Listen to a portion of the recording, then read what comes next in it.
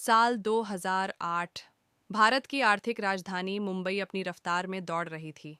भीड़ भरे railway station, जगमगाते hotel और अरब सागर के किनारे फैला एक शहर, जिसे शायद अंदाज़ा भी नहीं था कि कुछ ही हफ्तों में इतिहास का सबसे खतरनाक आतंकी हमला उसकी ओर बढ़ रहा है।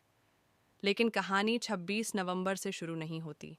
यह कहानी उससे कई हफ्ते पहले शुरू होती है, जब भारत की खुफिया एजेंसी रॉ को अरब सागर में कुछ असामान्य गतिविधियों के संकेत मिलने लगे। खुफिया चैनलों से एक संदेश आया था। कुछ संदिग्ध नावें, समुद्र में असामान्य मूवमेंट और पाकिस्तान के तटीय इलाके से जुड़ी ऐसी गतिविधियां जो सामान्य मछुआरों जैसी नहीं लग रही थीं। रॉ के विश्लेषकों ने इन सूचनाओं को जोड़ना शुरू किया। सैटेलाइट इमेजरी, इंटरसेप्टेड कम्युनिकेशन और समुद्री रास्तों से जुड़ी पुरानी आतंकी रणनीतियां। धीरे धीरे एक डरावनी तस्वीर सामने आने लगी। संकेत मिल रहे थे कि कुछ लोग समुद्र के रास्ते भारत में घुसने की योजना बना रहे हैं। यह कोई छोटी चेतावनी नहीं थी। यह रिपोर्ट जल्द ही सुरक्षा तंत्र के कई हिस्सों तक पहुंचाई गई। नौसेना, कोस्टल सिक्योरिटी एजेंसियां और कई अन्य सुरक्षा विभाग। लेकिन यहीं से शुरू होती है उस चूक की कहानी जो आने वाले दिनों में लाखों लोगों की सुरक्षा को दांव पर लगा देगी। भारत की समुद्री सुरक्षा उस समय कई अलग अलग एजेंसियों में बंटी हुई थी। इंडियन नेवी, कोस्ट गार्ड, राज्य पुलिस की कोस्टल यूनिट्स और स्थानीय मछुआरा नेटवर्क। समस्या यह थी कि जानकारी तो पहुंची, लेकिन जिम्मेदारी किसकी है, यह उतना साफ नहीं था। कुछ अधिकारियों ने इसे संभावित खतरे के रूप में देखा, कुछ ने इसे अधूरी जानकारी माना। समुद्र हजारों किलोमीटर लंबा था और हर दिन सैकड़ों नावें उस पर चलती थीं। ऐसे में एक सटीक लक्ष्य पहचानना बेहद मुश्किल था। इस बीच पाकिस्तान के कराची तट पर एक दूसरी कहानी चुपचाप आगे बढ़ रही थी।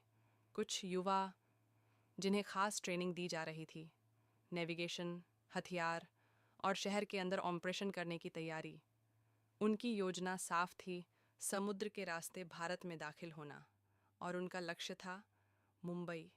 लेकिन भारत की खुफिया चेतावनी के बावजूद समुद्र पर सुरक्षा की कई परतों के बीच समन्वय उतना मजबूत नहीं था जितना होना चाहिए था। नौसेना अपनी बड़ी समुद्री सीमाओं की निगरानी कर रही थी। कोस्ट गार्ड अपने सेक्टर में गश्त कर रहा था। स्थानीय पुलिस की क्षमता सीमित थी। हर एजेंसी अपनी भूमिका निभा रही थी, लेकिन पूरी तस्वीर किसी एक के पास नहीं थी। और फिर आया नवंबर का वह समय जब अरब सागर की लहरों के बीच एक छोटी सी नाव धीरे धीरे भारतीय तट की ओर बढ़ रही थी। समुद्र शांत था। रडार, गश्त और सुरक्षा जांच की परतों के बीच वह नाव आगे बढ़ती रही। मुंबई उस रात भी हमेशा की तरह जगमगा रही थी, लेकिन कुछ ही घंटों में यह शहर दुनिया के सबसे बड़े आतंकवादी हमलों में से एक का गवाह बनने वाला था।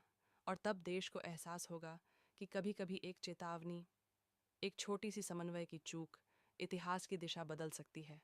क्योंकि खुफिया दुनिया में सबसे खतरनाक चीज़ दुश्मन की ताकत नहीं होती। सबसे खतरनाक होती है वह चेतावनी जिसे समय रहते पूरी तरह समझा नहीं गया।